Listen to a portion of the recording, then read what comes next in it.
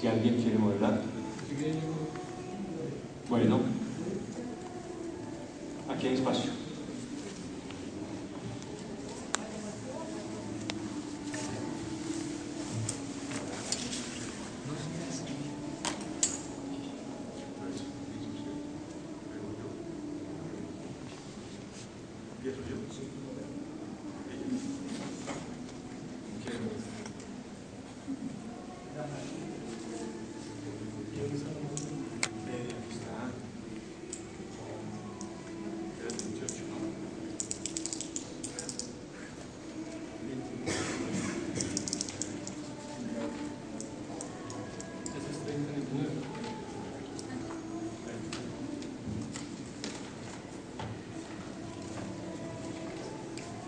Buenas noches, vamos a dar por comenzada la mesa número 9, temas de ética. Los participantes serán Pedro Gómez, José Daniel Sánchez y las señoritas Laura Juliana Núñez y Aida Celina Ruiz.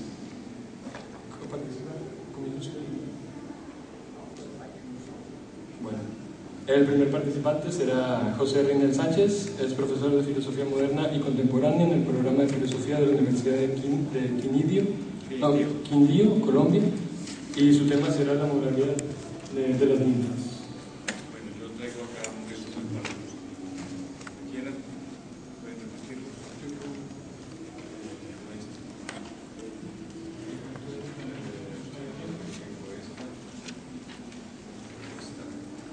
¿Gusto? Y para el caballero, acá le tengo esta. Entonces, Usted por la suerte de haberse decidido a ayudarnos. Bueno, entonces, por decisión unánime.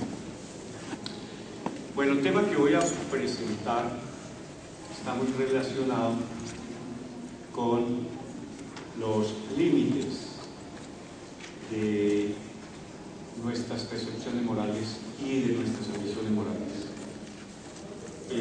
Vamos a ver, pues, qué puedo aportar a esta discusión. Se llama la moralidad de las ninfas.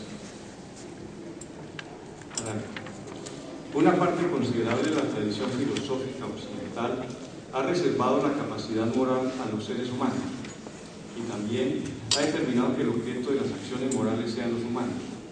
Las razones de esta percepción incluyen alguna variedad de autoestima de la especie humana, la cual determina la esfera y las dimensiones de las obligaciones entre los humanos mismos. La base de esta creencia es de doble orden. Por un lado, religioso, una semejanza percibida con Dios, llamémosla vertiente judío-cristiana, y por otro, la posesión de autonomía sumada a la capacidad de racionalidad pura, la vertiente kantiana. Sin embargo, hay algunos filósofos que advierten insuficiencia teórica en la vertiente kantiana porque excluyen de cualquier trato moral a otros seres vivos solo por estar desprovistos de esa modalidad de racionalidad. Estos filósofos promueven la idea de que ni el objeto de nuestras acciones morales ni su viscosidad pueden fundamentarse únicamente en la alta capacidad racional, sino en que posee capacidad para conservar su vida, conciencia afectiva y es capaz de proyectar acciones, las cuales implican un enorme ejercicio mental. La consideración de seres morales podría atribuirse a cualquier ser que tenga capacidad de agencia, que actúe motivado por la búsqueda del placer y el rechazo al sufrimiento. Afirmando que hay, según la expresión de John Passmore, un absolutismo del hombre en la naturaleza, esta percepción de la vida moral considera que un tratamiento equitativo ha de incluir a otros seres vivos no humanos, con mente. Y el Niventa cuestiona el antropocentrismo moral.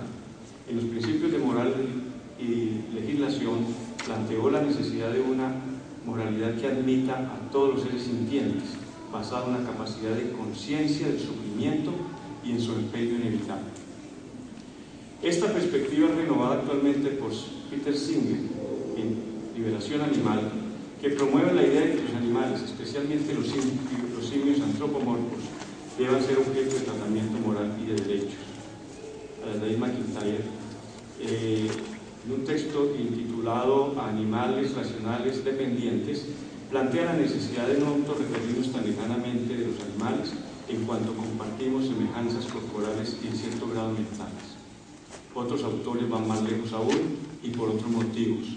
Hans Jonas, por ejemplo, considera que el trato moral ha de ampliarse la naturaleza entera. Abordar un posible reconocimiento moral a las ninfas, seres inexistentes con mente, resulta importante para los debates morales, pues podría evitar errores de discriminación y crueldad como los que se dieron con los amerindios, con los negros africanos y los aborígenes australianos, y se ha dado a las mujeres. El problema planteado puede ser mejor sustentado si se tiene en cuenta que la aceptación de la semejanza anatómica entre los monos y el ser humano tiene apenas 230 años. Y el conocimiento de la proximidad genética del ser humano con el resto de los animales también es reciente, apenas del 2001. Si estas propuestas lograran hacer mella en dicha tradición, traerían como consecuencia que el espectro de los seres que serían merecedores de las referidas obligaciones tendría que ser ampliado, y por tanto se podría traspasar la barrera del comúnmente referido especismo alcanzado en la configuración de nuestra percepción sobre las obligaciones morales y su objeto. Partiendo de esta preocupación no resuelta satisfactoriamente, se hace necesario volver a preguntar: ¿qué seres podrían incluirse en un posible conjunto ampliado de seres receptores de un respeto obligatorio en máximo grado? La pregunta surge no solo de considerar las propuestas de Bentham, Singer, sino también de una preocupación surgida a partir de una lectura de un texto ya antiguo, el libro de las ninfas, los silfos, los pigmeos, las salamandras y los demás espíritus de Paracelso, 1493-1541, en el que nos anuncia la existencia de seres humanoides extraños. El opúsculo llama la atención porque es un tratado de criptoantropología. En el texto citado, el autor describe la existencia de las ninfas, las cuales tienen, comillas, apariencia humana y cualidades espirituales, pero que, comillas, no descienden de Adán. Se complacen, sufren, razonan y tienen un cuerpo mortal como los humanos. Semejante descripción debe obligarnos a reconsiderar si esa situación de semejanza física y mental con los humanos haría a estos seres y a otros seres que puedan surgir merecedores de un trato semejante al que aspiran los seres humanos para sí. Que la moral sea un espacio exclusivamente humano puede resultar provisionalmente suficiente para orientar nuestras acciones morales y políticas, aunque esto no pinte satisfactorio. La siguiente pregunta puede resultar algo necia, pero igual hay que hacerla. ¿Qué obligación tendríamos actualmente con las ninfas de Paracelso en el evento que nos diéramos cuenta de que existen? ¿Es posible un reconocimiento moral a estos seres sin caer en traición a la humanidad? El presente texto reflexiona sobre la posibilidad de traspasar la barrera antropocéntrica y hacer un giro hacia una teoría moral más incluyente respecto al número de seres a los que deberíamos respeto. Voy a desarrollar, eso me lo salto. Primero, racionalidad y moral, Kant. El propósito de Kant es encontrar una fórmula proposicional con fines prácticos morales que ordene un trato de respeto incondicional permanente a todo ser racional, esfera en la que se encuentran los seres humanos. El esfuerzo logra su propósito en la segunda formulación del imperativo categórico de origen racional, que ordena que una persona se trate a sí misma y a la vez trate a los otros seres humanos, comillas, nunca meramente como medios, sino como fines al mismo tiempo. El enunciado del imperativo permite que una persona se sirva de los otros tanto como lo necesite, pero exige simultáneamente que el trato hacia ellos no se dé como si se tratara de una cosa.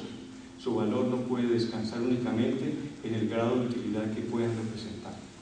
A juicio de Kant, debe haber una consideración permanente de respecto sagrado derivado de la posesión de autonomía y racionalidad. El imperativo categórico ajusta en el fuero interno la disposición de la voluntad de querer actuar en la legalidad exigida por una razón concebida como pura. La principal consecuencia de esto es que los integrantes de la especie humana deben percibirse como, entre comillas, fines en sí mismos, y se traten de la misma manera, proponiéndose conjuntamente la construcción del reino de los fines. Si bien el enunciado normativo resulta importante para la humanidad porque exige tratamiento específico entre seres humanos que han de autopercibirse merecedores de respeto en el mayor de los grados, hay que observar que el procedimiento de construcción empleado por Kant deja entrever un aspecto que despierta dudas sobre la rectitud del argumento que sirve como base, a la exigencia de tal nivel de respeto a los seres humanos y a las consecuencias que se puedan derivar de ello. Una de las dificultades surge por un sesgo deliberado que favorece expresamente al ser humano y que está manifiesto en la premisa que lo incluye en el grupo de seres racionales para los que están descritas las leyes morales. La propuesta kantiana fue pensada para todo ser con esas cualidades específicas. Dicho grupo incluye a Dios, a los ángeles, a los humanos y a cualquier otro ser racional aún no conocido. Eso es fundamentación. Kant considera forzoso que una acción moral tenga que ser ejecutada por motivos racionales puros, que dichas acciones descansen, entre comillas, en la razón pura independientemente de toda experiencia, separada de todo lo empírico, cierro comillas. La principal consecuencia de esta premisa es que más que antropocentrismo, la teoría contiene un logocentrismo expreso. Es una expresión de un filósofo anglosajón de apellido O'Neill. En consecuencia, la subestimación de la racionalidad afecta nuestra percepción del ser humano y desconfigura su puesto en la naturaleza. Por ese sesgo, el ser humano ha de desentenderse de la esfera natural que le es propia para habitar en la esfera superior, la de los seres racionales puros. Según Johnston, por este sesgo el ser humano deviene divinidad y su vida y su voluntad se vuelven sagradas. Esa es una opinión que comparte también Singer. La tesis de Johnston sostiene que por la vía de la sacralidad de las disposiciones y de los objetos, la dimensión de la obligación moral presenta un teologismo que establece una distancia considerable en la atribución de la dignidad moral humana con respecto a otro ser no catalogado como capaz de racionalidad pura. El argumento me lleva a tener presente la taxonomía concebida por Kant para comprender qué seres tienen capacidad moral y cuáles son merecedores de nuestras obligaciones morales. En dicha taxonomía encuentro dos grupos, los brutos y los racionales.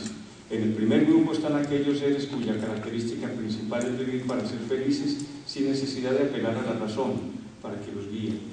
En estos seres los instintos y la sagacidad hacen lo suyo. Específicamente encontramos en este nivel a los animales. Cuando Kant defiende la función de la razón como guía de la voluntad y un ser digno de felicidad, independiente de las pulsiones naturales, afirma que, cito a Kant, si en un ser que tiene razón y una voluntad, su conservación, su bienandanza, en una palabra su felicidad fuese auténtico fin de la naturaleza, ello habría tomado muy mal su acuerdo al escoger a la razón de la criatura como realizadora de este propósito. Ahí corto la cita. Estos seres están catalogados por Kant bajo el apelativo de arbitrum brutum. El argumento define la distancia que hay entre estos seres y permite resaltar las cualidades y derechos del segundo grupo, el de los seres racionales que tienen un arbitrium liberum. Estos últimos, de acuerdo con sus capacidades, son susceptibles de acciones voluntarias, motivadas autónomamente y por tanto pueden autolegislarse porque pueden concebirse como fines en sí mismos y sus leyes, al igual que las del mundo de la naturaleza, han de entenderse análogamente determinantes e ineludibles. La primera conclusión que puede uno sacar es que estamos refiriéndonos a seres humanos y además en uso pleno de sus facultades racionales.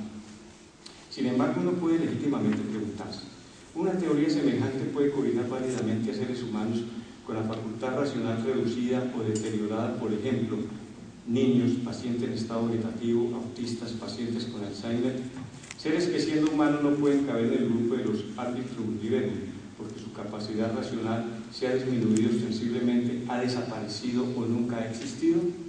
La pregunta puede resultar lesiva para la teoría. Bull y Neil, otros tratadistas de este asunto, consideran que la segunda formulación del imperativo categórico, a cual denomina principio de personificación, yo tendería a hacer más como un concepto diferente, por ejemplo, principio de personación o de atribución de persona. Hace plausible incluir a los humanos con estas dificultades mentales. Así haya que excluirlo de la esfera de los seres racionales puros, por las siguientes razones. Los niños son temporalmente irracionales, los descerebrados y los pacientes de Alzheimer lo fueron hasta el momento de su enfermedad. El argumento podría ser convalidado dadas las propiedades teleológicas de estos seres y por la historia comprobada de su ser humano.